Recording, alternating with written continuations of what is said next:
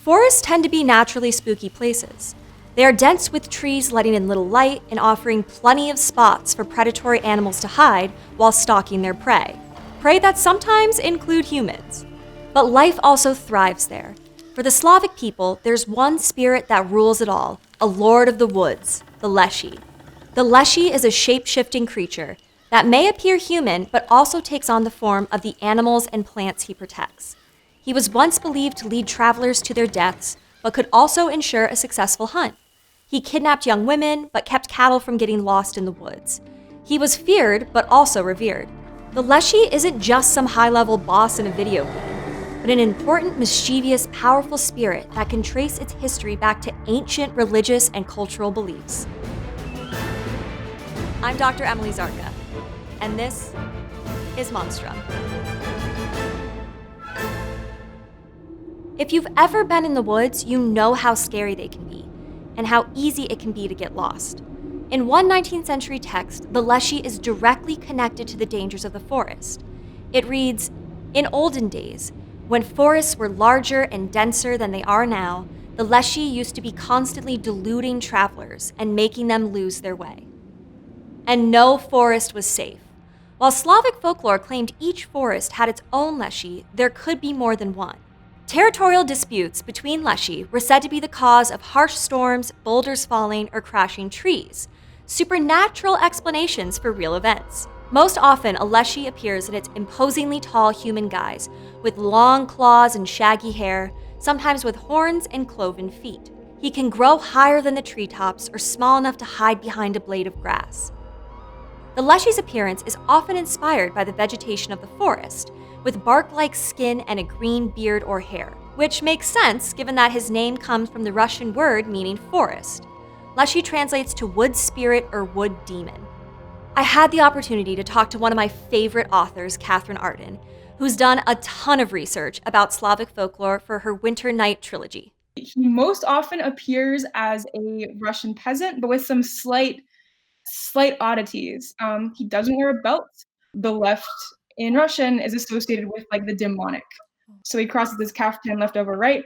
He also inverts his shoes. So he wears his shoes on the wrong feet. He doesn't cast a shadow, and he carries a cudgel or a knout, like a weapon that sort of symbolizes his authority over the forest. A Leshy may take on a human form and even disguise itself as someone its victim knows, but it can inadvertently reveal its true nature through small mistakes in their transformation. And since he can take the shape of anything in his domain, a Leshy may appear as anything from bears and wolves to domestic cattle, birds, a tree, even a whirlwind of leaves. A Leshy can also alter its voice. He might call out to his victims in a voice they recognize, or whistle like the wind blowing through the trees. Animal sounds, the rustle of leaves, and laughter are also part of his verbal repertoire, which he would then use to confuse and tempt victims.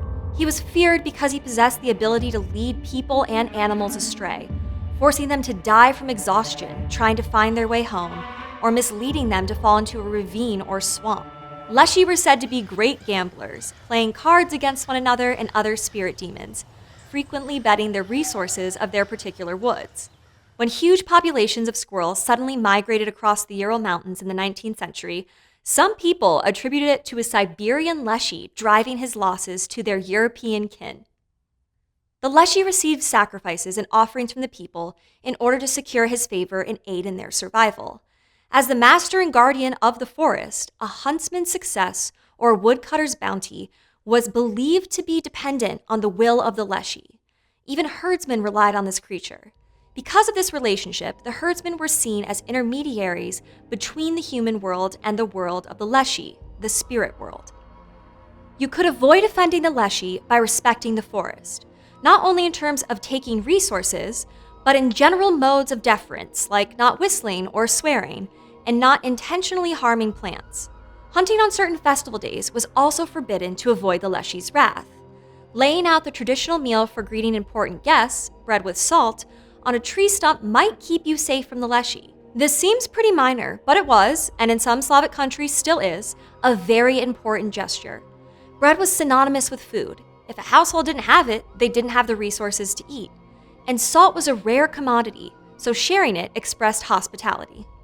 Other protections against the Leshy included making the sign of the cross, saying a prayer or spell, wearing clothes backwards or inside out, retracing your steps out of the forest, or making the Leshy laugh. So although Slavic folklore describes them as antagonistic towards humans by nature, you can win one over with a little respect. They can actually seem pretty reasonable in a lot of ways. Unfortunately, we can't know the exact origins of the legend since there is no record of any Slavic mythology, which was honestly a shock to me. Many scholars agree that nothing about the original Slavic gods, creation myths, or stories of their afterlife has survived history. The earliest records of the Slavs dates back to only the 6th century. Around that time, the Slavs migrated into other territories and developed into different cultures. But one of the things they kept in common is their folklore, including stories of the Leshy. It's likely oral tradition played a huge role in this story's early creation. In fact, Slavs comes from the Proto-Slavic slovo, meaning that the people called themselves those who speak with words. However, it's speculated that the Leshy was later heavily influenced by Christianity. As Christianity spread, it sort of mingled with paganism and local folklore. And there's also sort of a Christian explanation, which says that the Leshy and other forest and household spirits were angels that were thrown from heaven after the war between the angels, and they fell to earth and became forest spirits. Or the other one is that spirits like the Leshy are the children of Adam and Eve, born after the fall of man, who were hidden away because they were ashamed, Adam and Eve were ashamed, and they became spirits before. What was once simply a guardian of the forest became a more devilish figure. This explains some Leshy traits like the cloven hooves, which were often associated with evil deities in Christian stories. And even in some variations of the monster, a Leshy is created from the marriage of the devil and a witch, or they can be descendants of Satan's army. A hunter or herdsman could secure safety and success by creating a pact with the creature, an act that required renouncing Christianity. In some stories, Leshies were said to appear in military uniform, which may have been inspired by real fugitive soldiers hiding in the woods. In other cases, the Leshy is said to approach humans around a campfire, asking for food. The forest did historically serve as a place of shelter for outliers of society. Perhaps the Leshy asking for food is an exaggeration of such individuals looking for assistance. Most of what we can study about Slavic spirits now comes from materials recorded in the 19th century, when urbanization and advances in science and education made belief in the supernatural tenuous. Nevertheless, an 1850s Russian study found that many peasants claimed to have encountered a Leshy personally. The power of Slavic folklore lasted a long time, and it can tell us a lot about how the Slavs saw the world around them. The Leshy has become less popular over time, perhaps because the lessons he teaches are no longer as relevant, as the forests have been cleared and rural Slavic life became less common. While the rituals associated with the guardian and demon of the forest dwindle, the idea of him does appear in popular culture now and again. Despite what they may tell you, a Leshy is both a guardian and an avenger. Since I know you've spent some time over in Russia and you've done a lot of work with some of these, native language texts, do you still think, or have you encountered people who still believe in the Leshy? I've definitely had a resurgence within the last, 20 or 30 years, which is a way of people, I think, really to get in touch with their own country, their own history, their own landscape.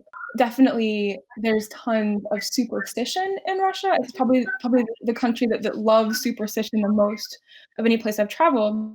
That can mean, unmarried women can't sit at the table, walking under ladders, cats, giving bread to your household guardian. I feel like somebody who believes specifically in a wish. I haven't met somebody like that, but I think more people are willing to believe in, the power of nature, and so I think believing that the forest has a presence and a life and a divinity, I think is certainly real and alive and present in Russia. Neither good nor evil, this forest-dwelling shapeshifter was scary because it could be lurking around every corner. The Leshy represents a deep respect for the forest and acknowledges the dangers humans encountered there, especially when it was largely untamed. It was something that could only be avoided with caution, awareness, and a sincere appreciation of your surroundings. The moral of the story? Be nice to nature. You never know when a giant forest spirit will come for you. Okay. Yeah, KK, but... Sandlot reference? Anyone? Bueller? Okay. And Benny? Keep it easy. Oh, oh, oh.